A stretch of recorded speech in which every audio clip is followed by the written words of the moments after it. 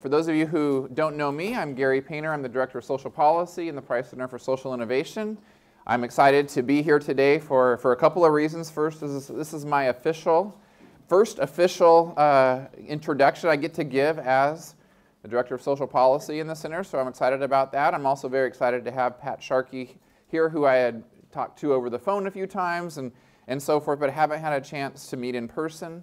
I've enjoyed reading his book, which you see the picture of, and he's going to talk a little bit about the book and a little bit about some current research and kind of bring it all together to address this issue of place.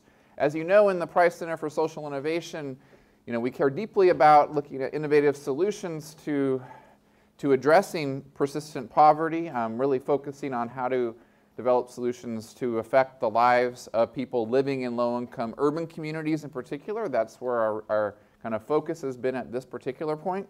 And clearly, as you'll see, in terms of what our activities at the last sort of, I would say year or so, have certainly fit in that. We had our first conference, Innovating to End Urban Poverty, that was co-sponsored with the Bedrosian Center, which brought together the thought leaders in this area and produced a set of papers that I hope and encourage that you'll go back to. And you can also go back to the videos of that session if you haven't seen that. We partnered with, in December, the Center for Philanthropy and Public Policy to look at place-based solutions to this problem of persistent poverty.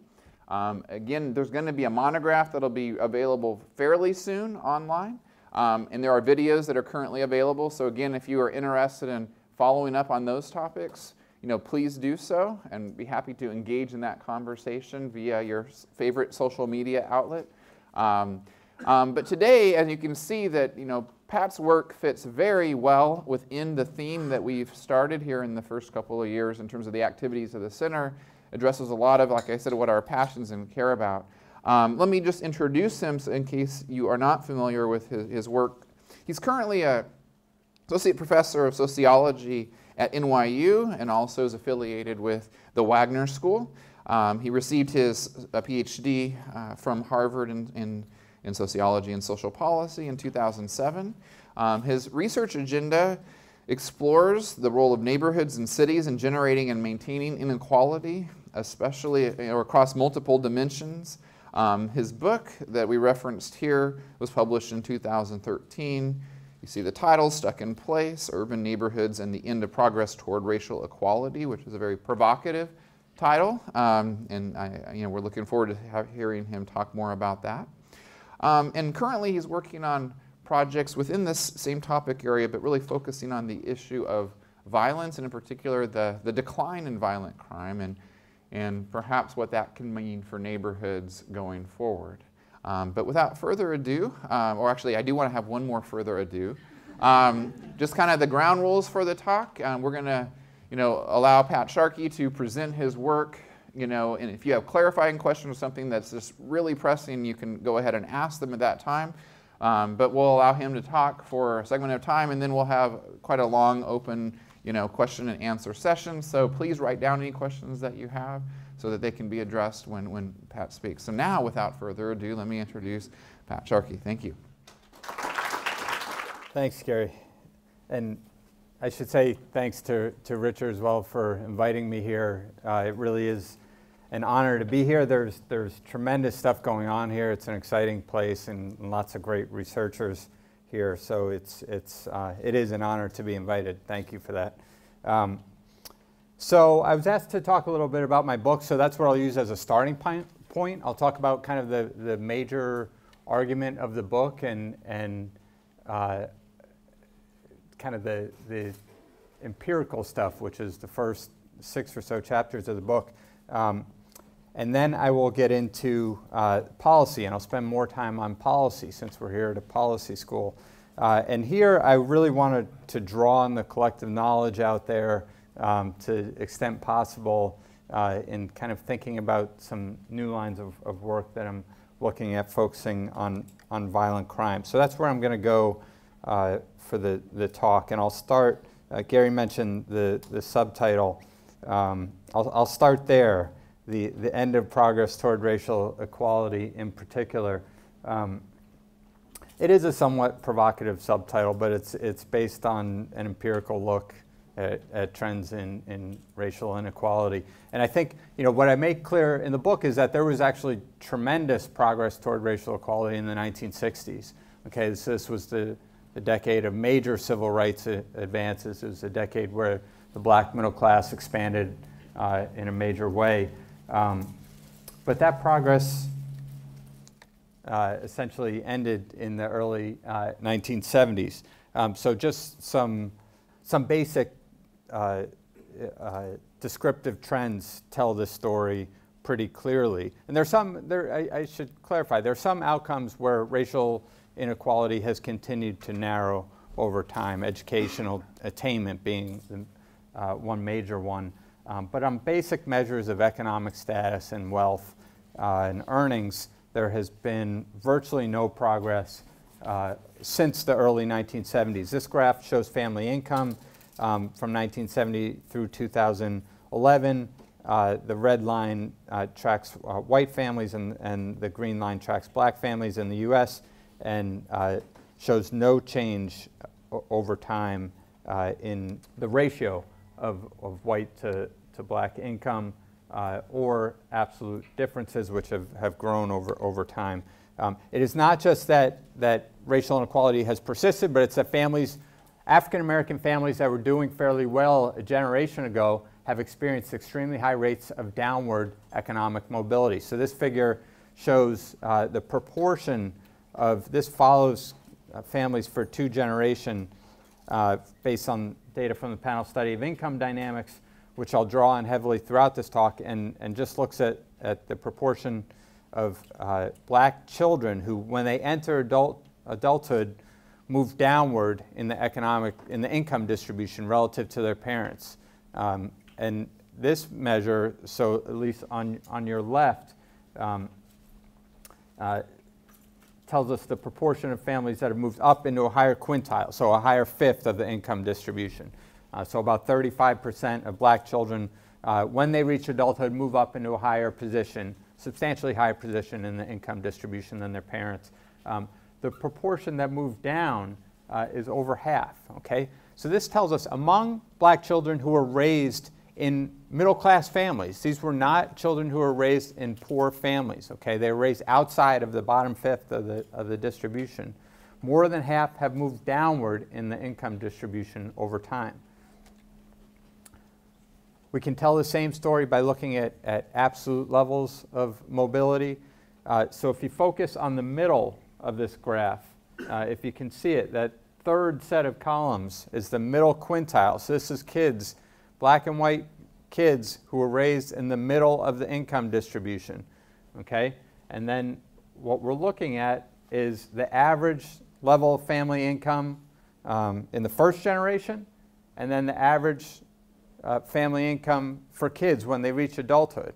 And so I know those numbers are tricky to see, so I'll just read them to you. For white kids who are raised in the middle of the income distribution, their parents made an average of $56,000. These are all adjusted dollars.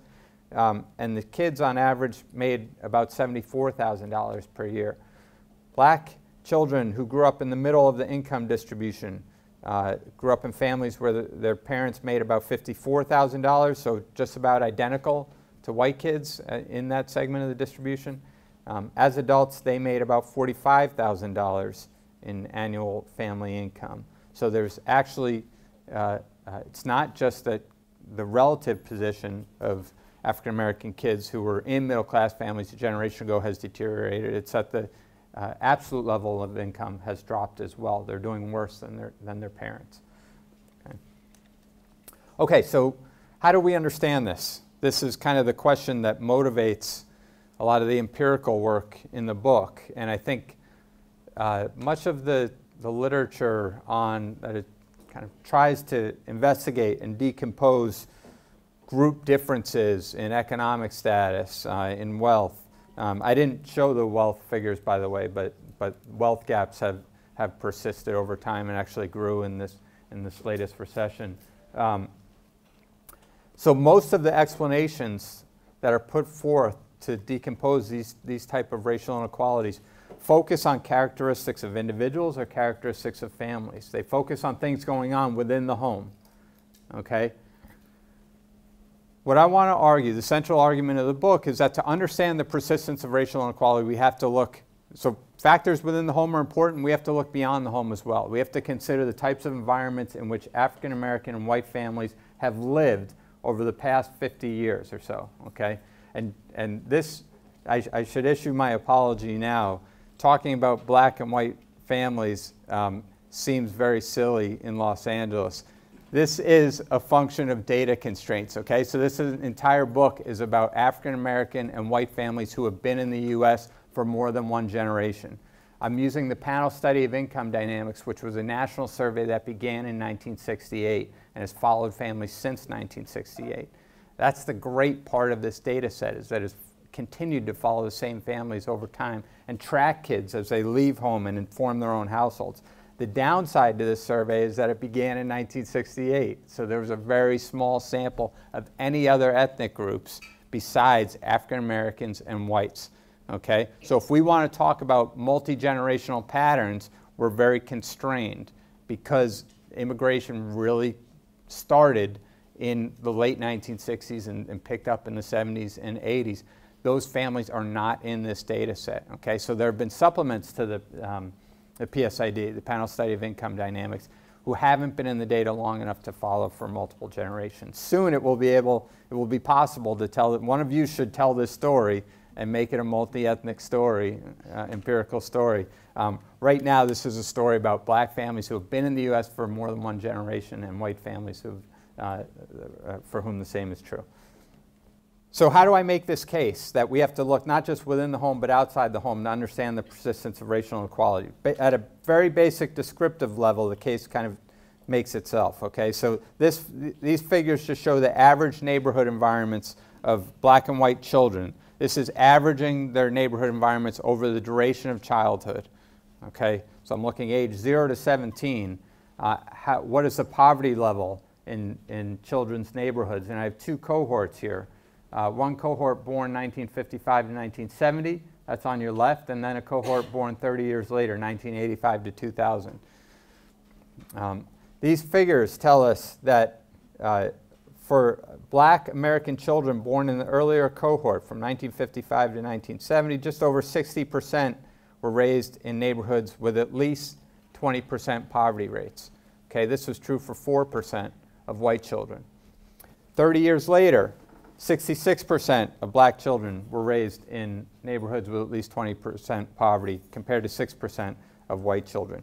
I think some unique features of the PSID might exaggerate the degree of racial inequality at the current moment. I think there actually has been a little bit of change that doesn't show up in the PSID because this is based on a sample that was followed since 1968, so the black population is different now than it was in 1968.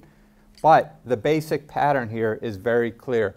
Black and white children continue to live in entirely different social worlds. That'd be great, thank you.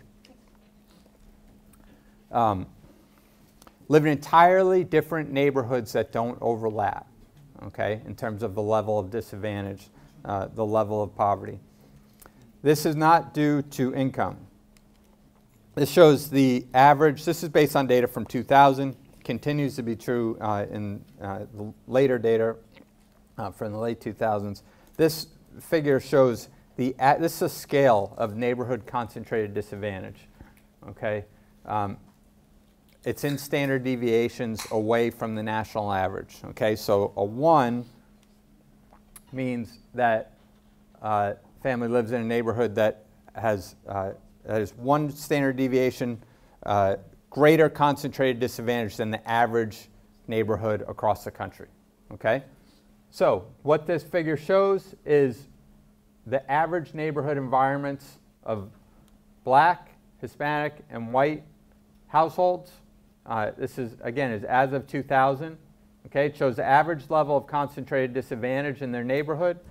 A column that reaches higher means that black households live in neighborhoods with higher levels of concentrated disadvantage than Hispanics, and higher than whites as well. But this is broken down by income category, okay? So this is among families making $100,000 or more. Again, there's this racial and ethnic gradient in neighborhood conditions. Same with families making 50 to 100, 30 to 50, and less than $30,000, okay? The basic point here is that racial and ethnic disparities in neighborhood conditions have very little to do with income. This is not a story about the resources that families bring into the market. It's a story about race and how it interacts with neighborhood inequality in the U.S., okay? And the most striking comparison here is to look at Black American families making $100,000 or more and white families making less than $30,000 per year. Black families making $100,000 or more live in more disadvantaged neighborhoods than white families making less than $30,000 per year. Okay? So just this figure alone tells you that something is going on in American neighborhoods, okay, that is not driven by income, not driven by wealth, but that is unique to this interaction between race and urban inequality. Okay? So this point, okay, let me make the general point is not new in urban sociology. Okay, so we can go back to the work of William Julius Wilson, who wrote The Truly Disadvantaged in 1987 and kind of he was the first scholar, I think, to observe the new form of concentrated poverty that had emerged in central cities post-civil rights. Okay, and Wilson directly linked this new form of urban poverty to the life chances of African Americans in a very unique way. Following that, Doug Massey and Nancy Denton wrote American Apartheid, where they made the argument that that new form of concentrated poverty was possible because of the persistence of racial segregation. Okay. This is consistent with the story I've told so far. My argument goes beyond this in the sense that I'm arguing that it's not just that poverty has become more concentrated over time in the post-civil rights period. It's not just that racial segregation has persisted. It's that the same families have experienced life in the most disadvantaged, poorest neighborhoods over long periods of time and, in fact, over multiple generations. So it's a multi-generational story of the experience of neighborhood inequality. And I think this multi-generational component really goes a long way toward explaining the persistence of racial inequality. So what do I mean when I say that neighborhood inequality is multi-generational? This figure provides the most basic view of racial differences in multi-generational exposure in neighborhood poverty. This shows the proportion of Black families who are followed over 2 generations in the panel study of income dynamics, and looks at the percentage that are in the poorest quarter of all American neighborhoods. Okay, so they're living in high poverty neighborhoods over consecutive generations. This is true for about half of African American families. Okay, so this is the median experience for African Americans in the United States over the past 2 generations has been to live in the poorest quarter of U.S. neighborhoods, not at a single point in time, not even in a single generation, but over multiple generations. This is very rare for white families. About 7% of white families have lived in poor neighborhoods for consecutive generations. This figure tells the same story, but in a slightly different way. So here, we're taking, the denominator here is all families that are currently living in poor neighborhoods. And it's asking what proportion of those families have lived in similarly poor neighborhoods for at least 2 generations. So for African American families, among those that we see currently in poor neighborhoods, about 80%, 4 out of 5, have lived in similarly poor neighborhoods for at least 2 generations, and about half of white families. The reason I think this is important is because virtually the entire literature on neighborhood effects, the literature looking at how neighborhoods affect the life chances of different groups, focuses on the neighborhoods in which families live right now, or the neighborhoods in which families live at a given point in time, and tries to link that with a set of outcomes. What that's missing is the fact that for the vast majority of Black American families currently living in poor neighborhoods, a vast majority have lived in poor neighborhoods not just right now, but over multiple generations. This is a part of their family history, to live in disadvantaged environment, okay?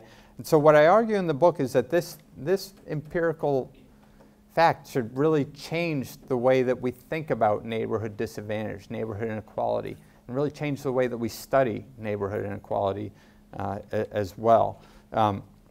So if we think of this as a standard model conceptual model of neighborhood effects, where we have some outcome that we're interested in, say it's a developmental outcome of kids. We link this with the child's neighborhood conditions, and we posit a set of mechanisms by which we think that neighborhood disadvantage or advantage might affect a given developmental outcome of kids or an outcome of adults, whatever you might be studying. Okay? This is kind of a standard model for how most studies of neighborhood effects are done. And I think this model applies to both the observational literature. It also applies to the experimental literature. Okay? This is a conceptual model that underlies almost the entire literature on neighborhood effects. What I want to do is complicate this model by going back further in time. Okay, and thinking not just about where a child and his or her family lives right now, but looking back and shifting from kind of a straightforward model linking a child's neighborhood with a given outcome to a much more complex model that thinks about the neighborhood environments experienced over multiple generations of a family, thinks about the array of pathways by which the neighborhood environment may affect different dimensions of families' lives, ultimately influencing a given outcome, either a developmental outcome of kids or an economic outcome of adults or whatever we might be studying. Okay, so let me provide some evidence to try to make the case for why this is a better model for studying neighborhood effects. If I take you back to those descriptive facts about economic mobility, racial inequality and economic mobility, where we saw the extraordinarily high rates of downward economic mobility among black families in the middle class a generation ago, this is now decomposing those racial gaps in economic mobility. It's saying what proportion of those gaps are due to factors within the home, within the individual, what proportion of those gaps are due to something outside the home. Okay, so this is just adding a measure of neighborhood poverty during childhood to regression models that essentially decompose the racial gaps in economic mobility. Adding a single measure of neighborhood poverty during childhood explains about 50% increases the probability of downward mobility by about half. Okay? In other models, I'm intentionally not going into much detail on the empirical analysis here, but you can, despite Gary's kind warning, feel free to kind of push me on any of these quick analyses that I'm showing, because there's much more behind them that's in the book and in a set of related articles. But there are a lot of assumptions built in, so you should be kind of saying, well, what exactly is he showing me? I'm showing the kind of take-home point here, but there's more to be discussed in these analyses. This model essentially says that adding neighborhood poverty during childhood to a basic model looking at economic mobility goes a long way toward explaining why African American families have experienced so much higher levels of downward economic mobility relative to whites. Okay? So if you look at black and white families that look very similar in terms of their economic profile, family structure, home ownership rates, welfare receipt, educational attainment, there's still something very different on average about those families. Black families much more likely to live in a disadvantaged environment that has lower quality institutions, most notably schools, but other institutions, okay, daycare centers. They interact with police very differently, okay? Other core institutions for youth, social support organizations are of a different quality in the neighborhoods of black American families compared with white American families that look identical across every other dimension. Okay? This is explaining that those differences go a long way toward explaining why there have been racial gaps in economic mobility over time. And in subsequent work, I've looked not just at the neighborhood environments in which families live, but also the larger spatial areas surrounding the focal neighborhood, the actual neighborhood in which the family lives. And these spatial models, when you consider not just the neighborhood in which the family lives, but also the neighborhood surrounding it, then the racial gap in downward economic mobility disappears, okay, or becomes not significant, okay? So when we consider the neighborhood environment, we go a long way toward explaining racial gaps in economic mobility. Mm-hmm. When you say neighborhood, what areal unit are you referring to? Census tracts. Tracts, not lots or blocks. That's right, census tracts. Okay. Have there been studies that have used different units? Because yeah. I don't know, there's a study about that I was reading, just that if you look at racial inequalities across block groups versus census tracts, it actually might intensify the effects. Looks worse, yeah. Yep. Worse. Yeah, there's census tracts that are used by necessity. Okay, so if we want to study neighborhoods across the country as a whole, then census tracts, I think, is the only feasible way to do it. The more narrow, the smaller the geography, the more severe racial gaps look. Okay, and in fact, in some places that look like they become less segregated over time using census tracts, if you go down to a more micro level, it looks just as segregated as it used to be. Okay, so I think it's an important point. But I should also say that if you go to a larger geography, then there's a kind of a new dimension of inequality that emerges. So with this graph, in the paper that goes with this graph, which just came out a couple months ago, I look at this not just in the family's own neighborhoods, but in the surrounding neighborhoods, and these gaps in levels of disadvantage are just as severe in the surrounding neighborhoods. So this is an argument for saying it is those micro areas, but those micro areas are embedded within larger segments of cities that look very disadvantaged and that are structured by race. Okay, I showed you the evidence on economic mobility. That piece of evidence is essentially focusing on this part of this conceptual model. So how is it that where a child grew up affects that child's outcomes later in life, that child's ability to move up or vulnerability to moving down in the income distribution? Well, this is a basic observation that where you grew up affects very many different dimensions of your adult life. Okay, so it affects your schooling opportunities, it affects your career opportunities, it affects your social networks, even affects your potential romantic partners as you move into adulthood. Okay, and this is kind of this is not groundbreaking stuff. Okay, this idea that a neighborhood can affect these different dimensions of your life as you move into adulthood has been out there for a long time. The second piece that I want to show you is the cumulative nature of this. Okay, so here I'm showing you just some descriptive results. This is a measure indicating that the child does not aspire to graduate from a four-year college. So these are questions asked of kids. This is an indicator 0-1 telling us that the child does not expect to graduate from a four-year college. So this might be educational aspirations, expectations. These are questions asked of the kid. And the reason that I'm showing you this is because it kind of makes crystal clear how disadvantages experienced a generation earlier can linger on and affect the next generation. I'm showing you these figures for 4 different groups. This is kids from families who over 2 consecutive generations have never lived in poor neighborhoods. Okay? Now we have kids from families where the parent was raised in a poor neighborhood, but the child was not. Now we have kids who were raised in poor neighborhoods themselves, but the parent was not. Now we have kids from families that for 2 consecutive generations have lived in poor neighborhoods. And at least for educational outcomes, it looks like where the parent was raised is at least as important, if not more important, than where the child is being raised, okay?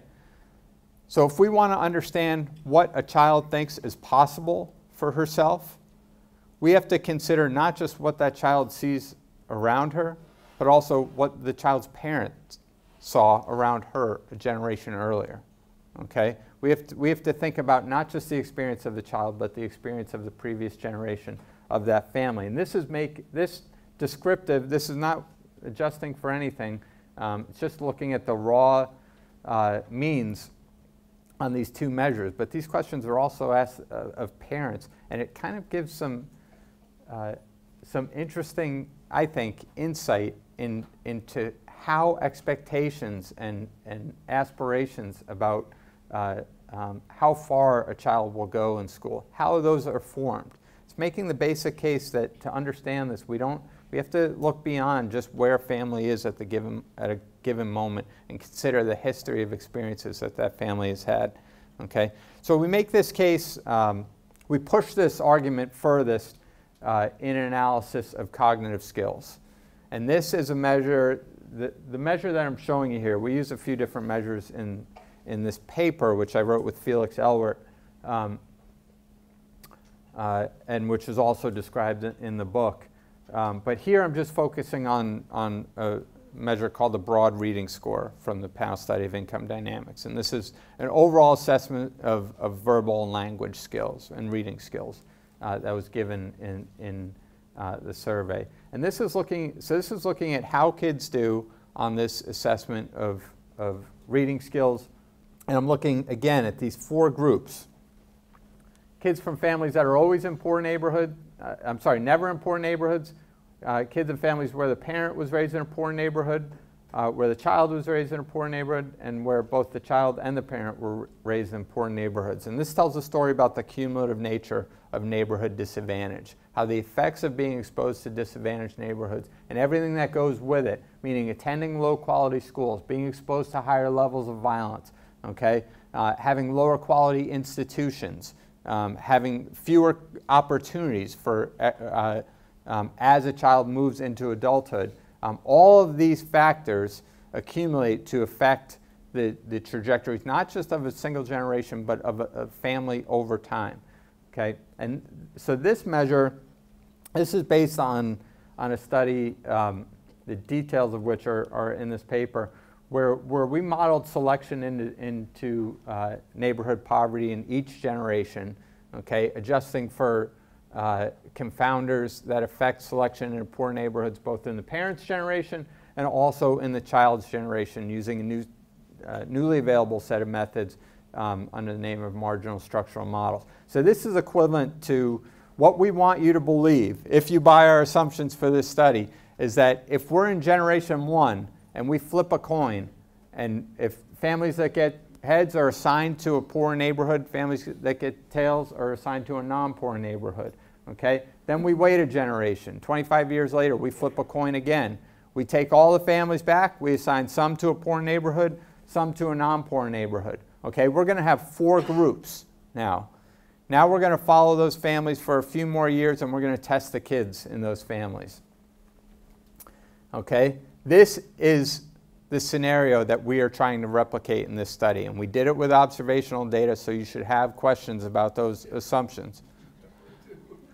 Let me just make the point. This is showing that exposure to disadvantaged neighborhoods over multiple generations reduces children's scores on this cognitive assessment by 9 points, which is almost 2/3 of a standard deviation, the equivalent of missing about 3 or 4 years of schooling. This is an enormous impact of being exposed to disadvantaged neighborhoods over multiple generations. Okay, so you should have a question about the magnitude of this impact, because there's bias that could enter this model in each generation. So what we did is we measured the potential bias that could arise from various different selection processes in each generation. Okay, so you could imagine that every family that ends up in a poor neighborhood is going to score worse because of something unmeasured in the data. So there's some characteristic that it's not actually an effect of living in a poor neighborhood. Some unobserved feature of the data And whoever's in a poor neighborhood automatically has potential outcomes that are a little bit lower, okay? That's one model of selection. There are other models of selection that might be at work here, though. There are models of selection where you think wherever anybody ends up, that's probably the right place for them. Okay, so families that end up in non-poor neighborhoods probably do a little bit better in non-poor neighborhoods. Families that end up in worse neighborhoods may actually do a little better in worse neighborhoods. There may be trade-offs that parents are making. Maybe they can manage the disadvantaged environment and really prefer to have the extra income that they save on rent from moving to a... So we can model this type of selection as well. Okay, and we can model this and run a sensitivity analysis that incorporates bias arising from any of these processes, and then see how much it affects our estimates. Okay? And the result of this exercise, which is in this paper, tells us that the effect of cumulative neighborhood disadvantage might not be 2/3 of a standard deviation. Okay? If there is bias, then it might be as low as 5 points. Okay? If there's selection bias going on, then this might be a high estimate, okay? But there is a very substantively meaningful effect of cumulative disadvantage no matter the bias in our estimate, meaning even if there's substantial selection bias from either of these two possible processes of selection, the bias would have to be so implausibly large that it's unreasonable to think that there is no effect of cumulative exposure to disadvantaged neighborhoods. Okay, so again, the point here is that we might not hang our hat on the effect of consecutive generations of exposure to disadvantage as 2/3 of standard deviation, but we are very confident, I'm going to say we're certain, we are very confident that there is a substantively meaningful effect of being exposed to disadvantaged neighborhoods, and that if you repeated that experiment of flipping coins and assigning families based on those coin flips, families that ended up in poor neighborhoods over multiple generations would have, those kids would score substantially lower than kids who were assigned by experiment to non-poor neighborhoods in either generation. Okay, does that satisfy the? No. So I worry about the very first generation would change. I buy the cumulative, but it should have more with education. We had aspirations, which are purely critical here. And how do I know there's not a selection effect that the parents who are falling into bad neighborhoods in the beginning somehow are less ambitious or are more willing to settle for less, especially if you're also controlling for their income. So we have controlled income and people who end up in a poor neighborhood, well, maybe you've selected a group that's really biased downward, and then they then set up a bad series of events for their children after that. So I worry about the parent, the very first stage there. Yeah, so there are two ways to interpret your question. I just want to make sure I'm getting... Arguing about spuriousness. Okay, so spuriousness is one possible. So you could argue that there's something unmeasured about parents that leads them into a poor neighborhood, and it is correlated with all this stuff and then affects the kid's development. So that's one model. A second model is that parents are sorted into a poor neighborhood, and then that neighborhood then affects these different dimensions of their lives. Okay, so it affects how much income they make. It affects how much they care about education, and those are so. If it's the second model, then that's consistent with a causal effect of the parent's neighborhood, right? If it's the first model, then it's bias, and we can kind of test, under different assumptions about how much bias there is, we can test whether our estimates still hold. Under the second model, we're not doing anything to decompose the relative importance of any of these paths. So it could be that a parent's neighborhood affects the parent by making them care less about school, by affecting their mental health, by affecting the way they raise their kids, and all of these things then affect the kid in the next generation. That's entirely consistent with the way I think about these cumulative processes. Okay, so I think one of the things that we have to consider is the fact that, when we start right here, we're missing all of these pathways that have occurred in the past that are possibly a function of the neighborhood, in addition to a function of several other features of the family's life, but that have these long-term cross-generational impacts. So essentially the argument is that when a parent is raised in a poor neighborhood and then moves into adulthood, the impact of that neighborhood doesn't disappear, but lingers on to affect all these different dimensions of a parent's life.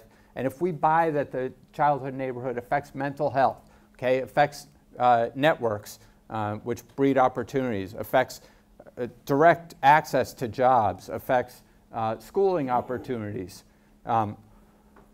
If any of these paths are correct, okay, and more likely if a bunch of these paths are possible, then there is a possible for substantial cross-generational pathways linking a parent's childhood neighborhood to child's developmental outcomes a generation later. So that's the argument that we're trying to make. And there's certainly other, the story about bias is a very reasonable story to tell. And if there is some dimension of bias, then our estimate might be too high, okay? But it doesn't invalidate our estimate. That's that's the conclusion from our sensitivity analysis. Question? Where is the university's social and economic responsibility in resolving these contradictions? That we're holding for the Q&A. That's beyond, all right? Because write that down for the Q&A. That's a bigger issue. South Central, and I think we have an answer here on the campus that you're not looking at. In the alumni building, there's a Hui conference room. And the Hui, which I'm sure most people here in the Social Innovation Center are clueless of, is a Hawaiian Asian cultural phenomenon, and which would mean more money for this campus and it will empower the communities that you're serving. LAUSD is suggesting that all high schools must teach diversity. Well, that means beyond this Western American colonial system. Yeah. And the Asians have this inclusive socioeconomic behavior. Can we hold it for the Q&A? That could resolve this. Thank you. Thanks. I think it's an important question. It's probably for other people to answer, not me, because I don't know what the university but I think it's an important question. Let me hold off and get through the rest of the talk, and then we'll either, I don't know, someone at USC probably is better equipped to answer it than me. But it brings us to policy. It's a good segue to talk about policy. So I made the case that thinking about neighborhood inequality from a multi-generational perspective is essential to, or really should change the way that we study neighborhoods, the way that we understand neighborhood inequality, and the research that we do on neighborhood effects. I think it also provokes us to think about new ways to confront neighborhood inequality. So I'll spend the rest of the talk on what I think the implications are for urban policy. And in the book, what I was trying to do, I don't know if I succeeded in this or not, but what I was trying to do was to kind of think about what the implications of these findings were for the type of urban policy that we pursue. So I was really trying to lay out a set of principles for any urban policy as opposed to a specific policy agenda. Okay, and the principles, so I call this a durable urban policy. I argue for a durable urban policy agenda essentially based on the fact that if neighborhood inequality is multi-generational, if it is persistent over time, if it affects not just families that are currently in poor neighborhoods, but the trajectory of those families for multiple generations, then we have to think about policy on a different time scale. We have to think about policies that do more than provide short-term initiatives that provide influxes of resources into a community for a few years, okay? And then maybe end when the resources are pulled or when the resources dry out. We have to think about mobility programs, housing mobility programs that do more than provide a short-term excursion out of poor neighborhoods and that really create sustained changes in the types of environments in where families live, and more transformative opportunities for families in their new environments. So it's really trying to change the time scale for urban policy is the basic point here. And when I talk about urban policy, I'm talking about policy with the capacity to disrupt multi-generational patterns of neighborhood inequality, generate transformative changes in places and in families' lives, and confront neighborhood inequality on a national scale while withstanding fluctuations in the political mood and the business cycle. That sounds like a lot. That sounds lofty. I actually don't think it is a lot to ask. I think we have durable suburban policy, okay? So the way that we have invested in highway systems, the way that we subsidize the wealthiest homeowners with the home mortgage interest deduction, the way that we invest resources in housing, I think provides large-scale, sustained resources for most of America, most of American communities. This same commitment has never been extended to low-income communities of color. Okay, so really what I'm arguing for when I talk about durable urban policy, I'm arguing for the policy that is taken for granted in most American communities to be extended to low-income communities of color. That's what I have in mind here. It does not entail a massive influx of new resources into low-income communities. That would be nice, but I don't think that's necessary. I think it's a shift of priorities in the way we do housing and the way we do community development to extend a commitment to the communities that have never received that commitment. So I said that this is a set of principles, okay? We do neighborhood policy, we do urban policy in a bunch of different ways. I don't have strong preferences, or I'm not going to make a strong argument about one specific mode of neighborhood policy versus another, okay? What I'm going to argue is that no matter how we choose to make investments in communities, we design policies in a way that will make them durable. We design policies in ways that will try to allow those policies to create sustained and transformative changes. So if we think about housing mobility programs, I think the two most famous or most well-known programs are the Gautreaux Assisted Housing Program, which was conducted in Chicago in the 1970s, and more recently the Moving to Opportunity Program, which was conducted in 5 cities in the 1990s. Now, some basic features of these two programs. Moving to Opportunity, again, was done in 5 cities. Families were given vouchers that allowed them to, that could only be used, at least families in the experimental group, were given vouchers that could only be used in low poverty neighborhoods. So this was a program specifically designed for poverty deconcentration, okay? In some of the sites there was a small amount of resources for counseling, housing counseling, but basically families were on their own to find housing with the assistance of nonprofit partners, at least in the initial housing search. Families were, with that assistance, on their own in the private market, trying to find rental housing, okay?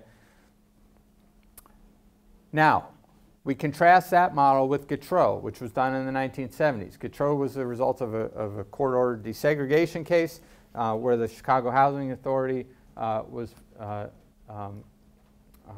found to have been reinforcing segregation through their housing policies. The Gautreaux program came about as a result of that decision.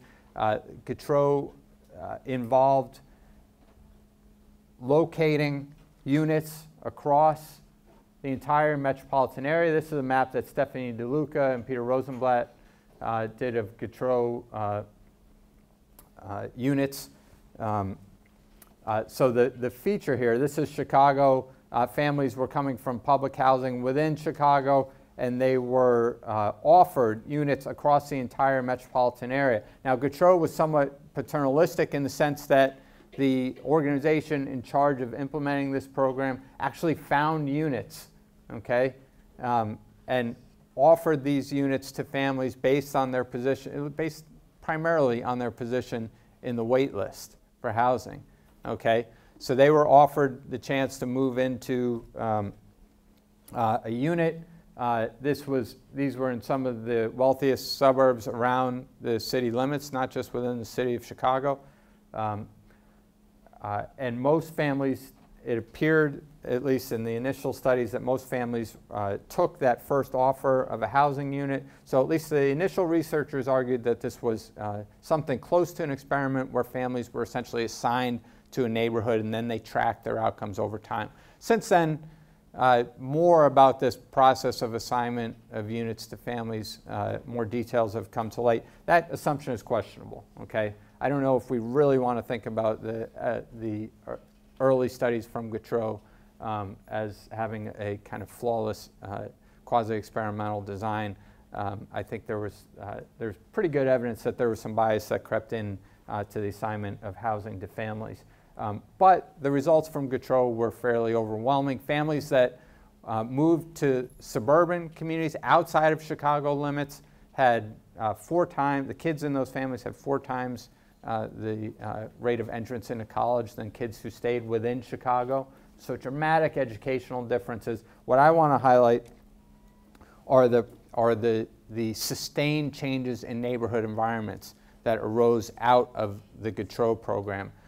So what this is a graph that Maturi Keels and several co-authors produced. What this shows is the average level of neighborhood poverty in the families in Gautreaux in their origin address.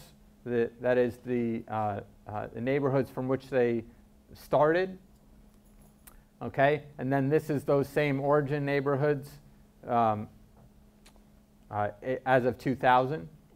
Okay, and then this is where families who moved outside of the city limits were placed.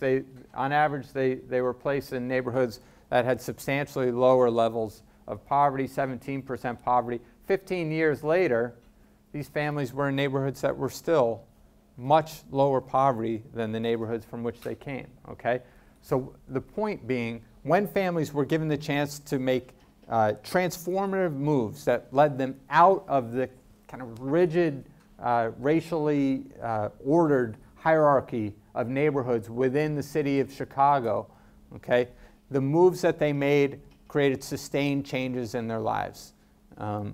It affected the kids' educational trajectories, but more important than that, for my purposes, it affected their long-term residential trajectories. Okay, they made moves and then they stayed in those communities over time. If we contrast this with moving to opportunity, this is a map that Robert Sampson produced showing the movement of families within the Moving to Opportunity program, all of whom started within a small subset of neighborhoods in Chicago, and then moved outward from this small area within the city over time. This is the control group. Okay, this is a map for the control group. So these are families that received nothing, started in public housing and received nothing. And you see that they scattered out across the city, but most remained in the south side of Chicago. Most remained within a somewhat small section of the city. Now, this is the same map, but this is for the experimental group. This is the map of families who were given vouchers that could only be used in low-poverty neighborhoods as part of the Moving to Opportunity program. And the amazing thing is that, so they moved to slightly more spread out set of places. The neighborhoods to which they originally moved did have slightly lower poverty. But the scattering of families in Moving to Opportunity, at least in the Chicago site. In the LA site, actually, there was more families who received vouchers in LA actually moved further away than the control group. But in Chicago, just this rigid structure of racial and economic segregation overwhelmed this intervention. And when families were on their own to move within the private rental market within Chicago, they moved along the exact same pathways, whether they had a voucher or not. Okay? So this is an example when I talk about durable mobility policy. Gautreaux stands out in my mind because this is a program that created, because of the design of the program, created transformative changes in the residential environments of families that persisted 15 years later. Okay, whereas Moving to Opportunity, is a program with very similar intentions, but gave families vouchers and then asked them to navigate the private rental market on their own. And that rigid structure of racial and economic inequality in Chicago overwhelmed the policy intervention, to the point where 10 to 15 years after the program was implemented, families who were given a voucher, this is across all the 5 cities of moving to opportunity, families that were given a voucher to be used in low poverty neighborhoods, lived in neighborhoods that were about 3 percentage points different from the families in the control group. So families in the control group lived in neighborhoods that had 31% poverty rates on average. Families in the experimental group lived in neighborhoods that had 28% poverty on average, okay? So this is not what durable urban policy looks like. That's the example of mobility policy. Very quickly we can think about other forms that urban policy can take, kind of the 2 basic ways that most researchers and policymakers studying concentrated poverty have considered are mobility, moving people, changing the distribution of where different segments of the population live, and then the second one is reducing the consequences of concentrated poverty by making targeted place-based investments in communities, okay? And here, if we think about the types of investments that are made, the types of place-based or place-conscious, as Manuel Pastor calls them, place-conscious policies, there have been just so many examples of place-based policies that have been short-term initiatives, okay? Short-term investments with a lot of excitement, enthusiasm, good ideas implemented for a short time and then abandoned when the funds run out, okay? That's not what I have in mind for durable urban policy. So I think we have some good models out there for what durable investments, community investments look like. I've only recently become familiar with what purpose-built communities has been doing. I think the key here, this is a group, very well-funded group that started in the East Lake neighborhood of Atlanta, set about to transform the community and did so by first establishing a very strong foundation within the community, an institutional base within the community, and then built out from that. Started with it, mixed income housing, but has since invested in schools, community centers, basic supports, again, that are taken for granted in most communities across the country, but that are missing in many low-income communities of color. Okay, not all, but many. Okay, so this organization, Purpose-Built Communities, started in East Lake and has since extended the model to I think 8 or 9 cities and are planning to extend it further across the country. I think the crucial piece of this model is starting with a very strong institution and then building from that institution. I just talked with Gary about the work that's gone on in City Heights here, and it sounds like a similar model here, starting with a very strong institution and then building out to create sustained change in a community based on that institutional base. There are other examples. The Harlem Children's Zone is the most well-known example. Again, this is a program that is designed to reach multiple generations, starting with families before a child is born and extending through college education. Again, started with a very strong institutional base and then built outward from that. The last point I would want to make is, so when we think about urban policy, we often think in terms of programs. We think about housing mobility programs, these types of investments in disadvantaged communities. There's another path toward neighborhood change and toward confronting neighborhood inequality, and that is just doing things differently, doing housing policy differently. So instead of spending billions of dollars on subsidizing the wealthiest Americans to buy the most expensive homes they can afford through the home mortgage interest deduction, we could build affordable housing.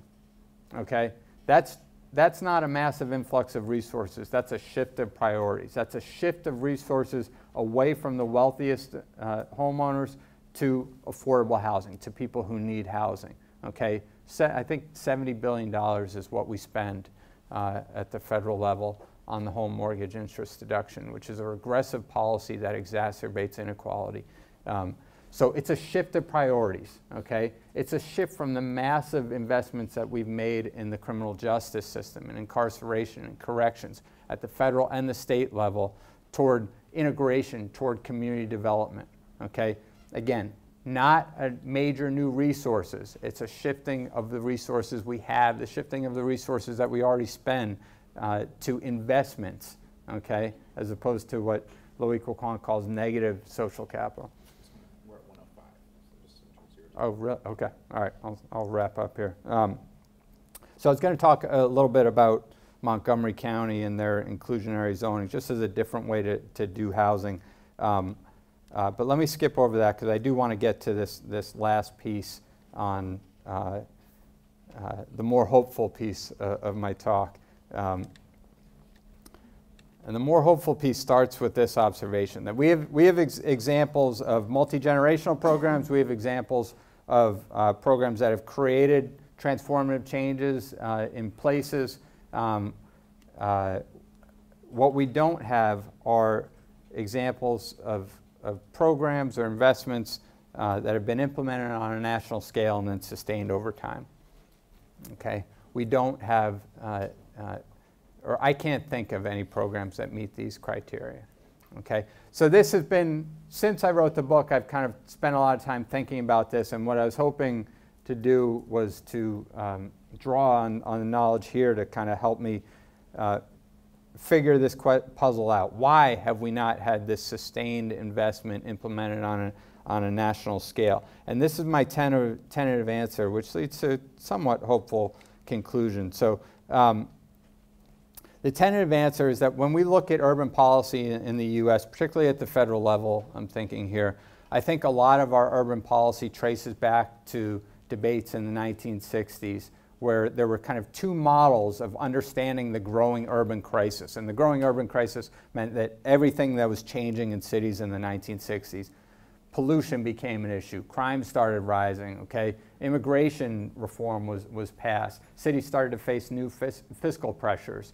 And then a wave of riots spread through cities in the second half of the 1960s, hundreds of cities.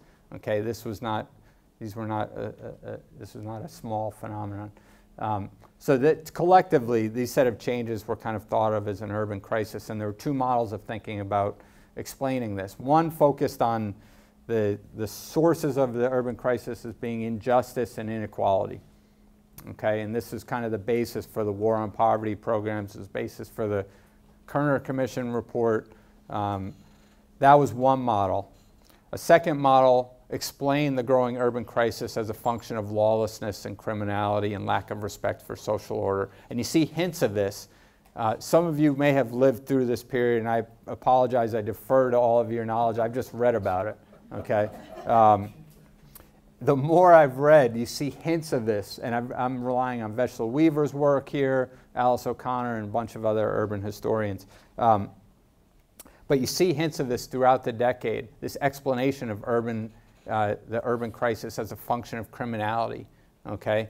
This got implemented in social policy starting in the early 1970s. There was a basic understanding of the causes of the urban crisis stemming from criminality and lawlessness. And my argument, at least the argument that I'm starting to make in this next book that I'm working on, is that this model of the urban crisis led to a policy agenda focused on abandonment and punishment. Okay? That was our new urban policy starting in the 1970s. And there have been deviations from that. There have been some great ideas and some important programs that have been implemented since that. But I am becoming increasingly convinced that that is our urban policy of abandonment and punishment, okay? And it's based on a connection, a connection made between central cities, race, and violent crime, okay? I think that is a narrative of cities that emerged in the late 1960s, and I think that's a model of urban policy that has been dominant since that time. Okay? The reason that I'm optimistic is because the decline of violent crime has weakened these connections. It has weakened the connection between central cities, race, and violence in a major and fundamental way in most big cities across the country. And in doing so, I think it has opened space for a new model of urban policy. Okay? So very quickly, I'm not going to go through these in any detail, but violent crime has dropped in half. It is real. I've studied this with every data source possible. It is not a function of data manipulation. It is very real. By some measures, like the homicide rate, the nation may be as safe right now as it has been at any point in our history. Okay? Violent crime has dropped by half. I won't explain this graph. What it tells you is that the most violent cities have changed the most over the past 20 years. Okay, so since the early 1990s, the biggest drops in violence have occurred in the places that were the most violent. All right, I can't say this conclusively across the country, but Michael Friedson, a postdoc of mine, and I collected data from 6 cities. These are the only cities where we could collect neighborhood level data going back at least a decade or more, and we documented how crime has changed at the very local level, and the conclusion is unmistakable. The most violent neighborhoods have changed the most. Okay? So the crime decline is not a change that has occurred in neighborhoods that were wealthy. It is a change that has occurred most dramatically in the most intensely violent places of the 1990s. What this means is that the nature of urban poverty has changed. Okay? And this is not true everywhere, but this is true in most big cities where violent crime has dropped. This figure shows, the blue columns show, these are 6 cities. These are the 6 cities where we could study this. Not a representative sample, but this is the best we could do. 6 cities. This shows the average level of community violence in the neighborhoods of the poor, that's shown in the blue columns, versus the non-poor residents of the city, shown in the red columns. Okay? This is what the difference looked like at the start of the periods under study, so before the crime drop, and this is what these differences look like after the crime drop. Okay? So before and after. The meaning of being poor in central cities has changed over time. Being poor no longer means being exposed to high levels of violent crime. There are exceptions, don't get me wrong. In some places I would be laughed out of the room if I made this case. But in most of the bigger cities across the country, the meaning of urban poverty has changed because it no longer means living in a high violent crime neighborhood. The meaning of being a member of a racial or ethnic minority group has changed. Very quickly, these are the levels of community violence in the neighborhoods of whites in the purple, blacks in the green, orange in the Hispanics in the orange at the start of the period and at the end of the period. Okay? Racial and ethnic inequalities haven't disappeared, but they have in some places. Denver, there's no difference in the level of violent crime between blacks, whites, and Hispanics. So, let me conclude. I think, and this is an argument I'm moving towards, so this is very much work in progress. But the model that I have, or the argument that I'm building, starts with the point that our federal urban policy, the reason that we have not had a sustained investment in low-income communities of color is because federal urban policy is based on a narrative linking central cities with race with violent crime that first emerged in the 1960s and has become dominant since then, espoused by both Democrats and Republicans. Okay? Secondly, the Great American Crime Decline, the fact that crime has been cut in half, has weakened these connections considerably. The calls for sentencing reform have been led by Republicans, not by people on the left. Okay? And that this has opened space for a new model of urban policy. That leaves a question about what that next model of urban policy is going to be. I think the model that's been dominant for 50 years is coming to an end. All of the evidence I've seen suggests that the reliance on the prison, which has been dominant over the past 40 or 50 years, is coming to an end. So then the question is, what does the next model of urban policy look like? And that, I don't know, but I'd welcome your feedback. Stop there. Thanks. So in the beginning of your talk, you mentioned you had a slide on the quintiles about families jumping between quintiles across generations. I was wondering if you looked at like how closely the families that did jump were hovering around the cut points, because I imagine there's a higher propensity of jumping if you're close.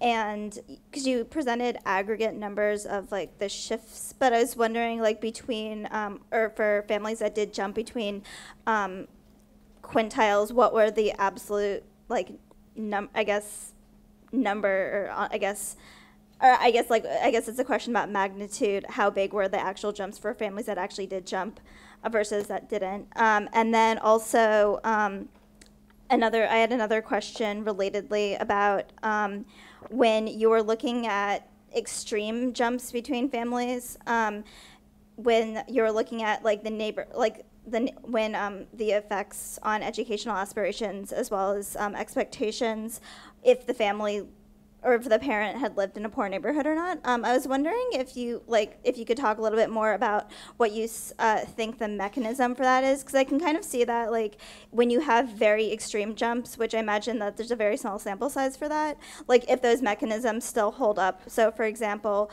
with families that were, even though you looked at like if they were in, it was like I think a binary between poor neighborhood or not poor neighborhoods, but like families that did make very extreme jumps. So like if they were in the top quintile and for whatever reason they ended up in the bottom quintile, with like, I mean, is it like a function of like, I mean, does the parents' advantage still hold up? Like, I mean, imagine if they had like wealth, some of the effects might be inculcated, some of the negative effects, but then I can also think of it as like a form of network, like they might have some sort of dysfunctional or some sort of extreme deprivation of their network, which allowed them to make that sort of extreme jump.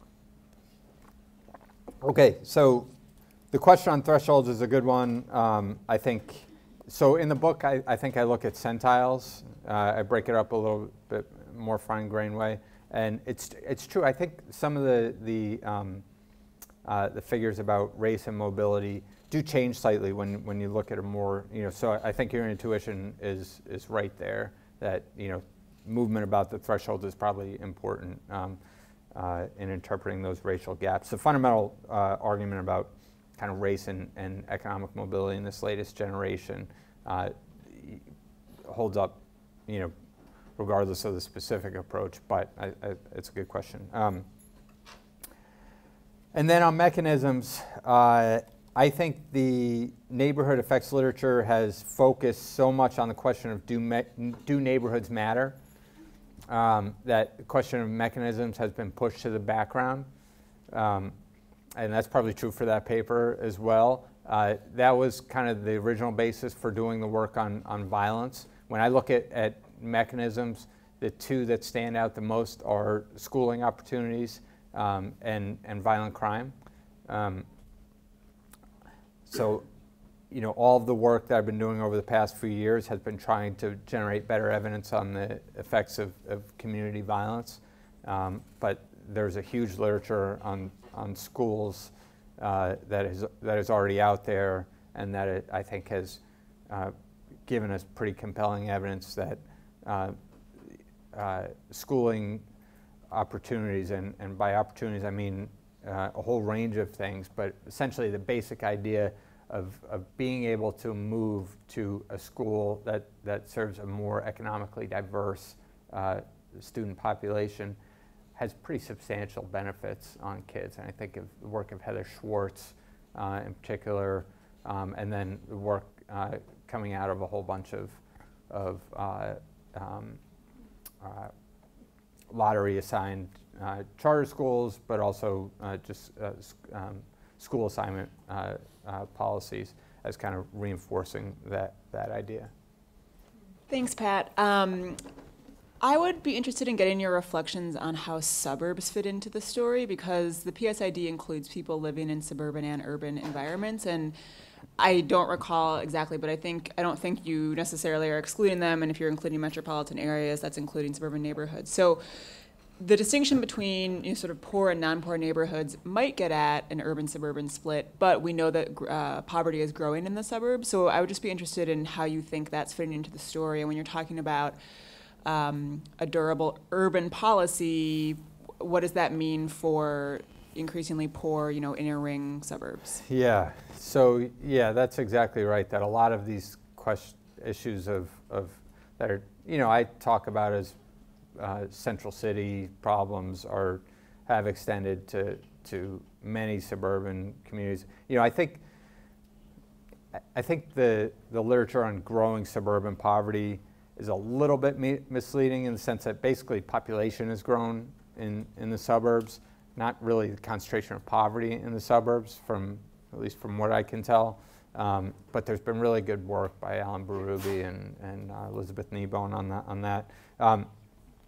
So this stuff was all metropolitan area, so it included suburbs. But at the start of the survey, the black population in the survey was almost entirely in central cities. Okay, that has changed over time. So rates of suburbanization of black Americans have increased in a basically linear fashion since 1970. And with the movement to suburbs, overall racial inequality in neighborhood conditions has declined. Okay, that moves to the suburbs have generated improvements in neighborhood conditions and declines in overall racial inequality. So I think it is definitely a big part of the story. I think in some cities it's an even more important, like in Chicago, some of the work that Ann and I both worked with Rob Sampson.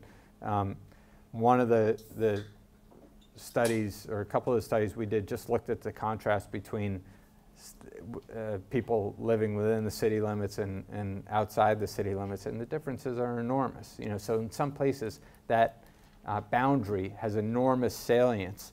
In LA it might not. I don't know that the city limits of Los Angeles are as an important boundary as the city boundary in Chicago is in some of the older cities where the structure of neighborhoods has been made so rigid over time and follows these very clearly demarcated lines.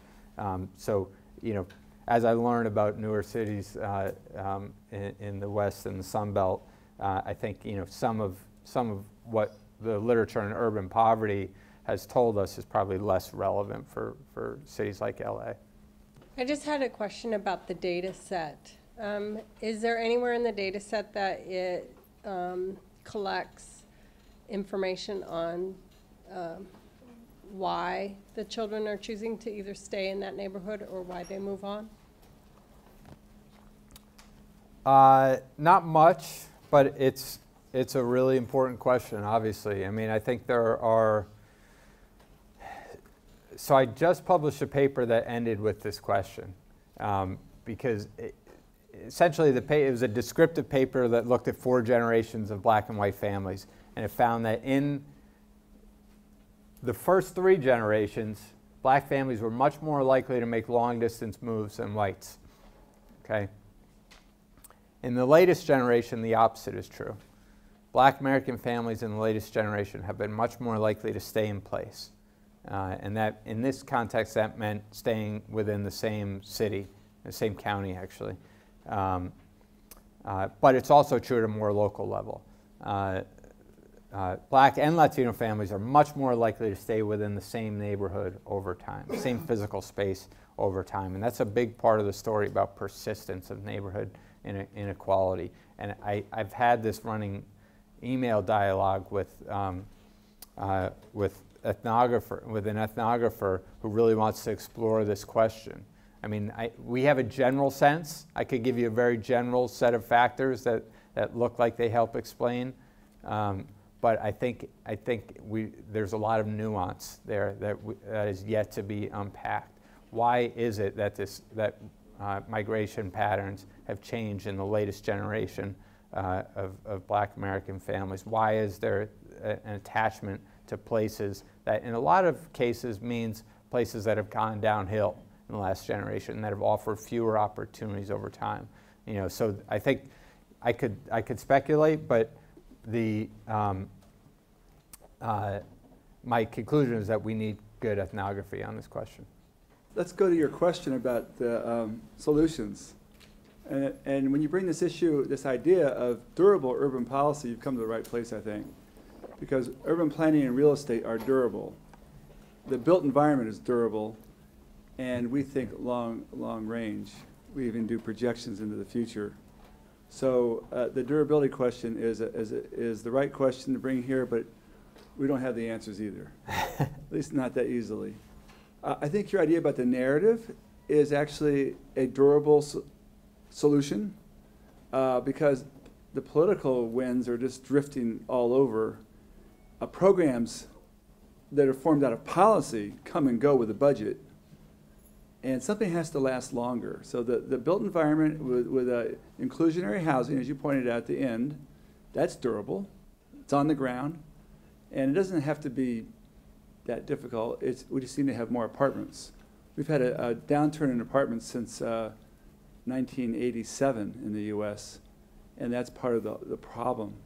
We just had more apartments. That opens up more opportunities for affordable housing. But I like your idea about the narrative. I think that's there's something there in the idea about you're playing off the big decline in crime. You know, it's hard to prove any of this. You can't prove this, guys. This is just right. But how to formulate a stance that could be taken that would. But who's the audience for this narrative exactly? Is it the reluctant suburbanites? Is it the I mean, who is it? Is it political leaders who are trying to then talk to their constituents before they get their heads chopped off in the next election? Who's actually the audience? And maybe we can work on the narrative more. Yeah, no, I think it has to be both. I mean, you know, in 1965, that was the first year that crime, I think, was first in the Gallup poll of most pressing problems. So it was clearly an issue that was in the consciousness of Americans years before it actually dominated the 1968 presidential election, when, you know, the campaign was run basically on the issue of social order in cities. So I don't think it's. I mean, first off, I should say I don't know. I mean, I always end the talk by pleading for, you know, people studying social movements and political sociologists and political economists and political scientists to kind of tell me the answer. But I do think I think there is space for a new narrative because the calls for reform are coming from the right, meaning reform of the criminal justice system. Okay, so I think that's a very clear signal that the connection between law and order and urban policy is no longer quite as salient. In some places it still is. In some places you still have to be tough on crime. So all the sentencing reform legislation has gone nowhere so far. But the calls for reform have come from you know, libertarians, evangelicals, and fiscal hawks. You know, so that's a constituency that's calling for basic reforms of the criminal justice system. That has to be linked with a dual call for investment in communities that have never received, you know, investment in low-income communities of color. And that's the piece that I think is the more challenging. Well, there's a movement here in California on that front, though. As you know, there's a growing evidence-based movement about the cost of poverty. Poverty for children has big impacts on their future workforce capacity, their future tax payments, and everything else. And I think that evidence movement, I think, is starting to have getting some traction. And so that has payoffs for conservative types who are penny pinchers and want to know what the economic benefits are. There are economic benefits if you can reduce poverty. I was up in Sacramento last week on Thursday and heard a proposal for a $5 billion plan to eliminate poverty among children in California. $5 billion out of the state budget of $140 billion. And they're starting to push that now. Now, how do you cure poverty? Well, part of it, you're saying, is you have to fix neighborhoods. You have to fix communities. That's a lot bigger deal than just throwing some better school programs into the mix. But nonetheless, I think that the child poverty movement is another piece to put along with your crime reduction, and that will help to build more power. People don't like having their neighborhoods changed, so maybe you have to nibble around the edges to make it stick, make it durable. Thanks. All right, well, let's all join in. Thanks. Thank you.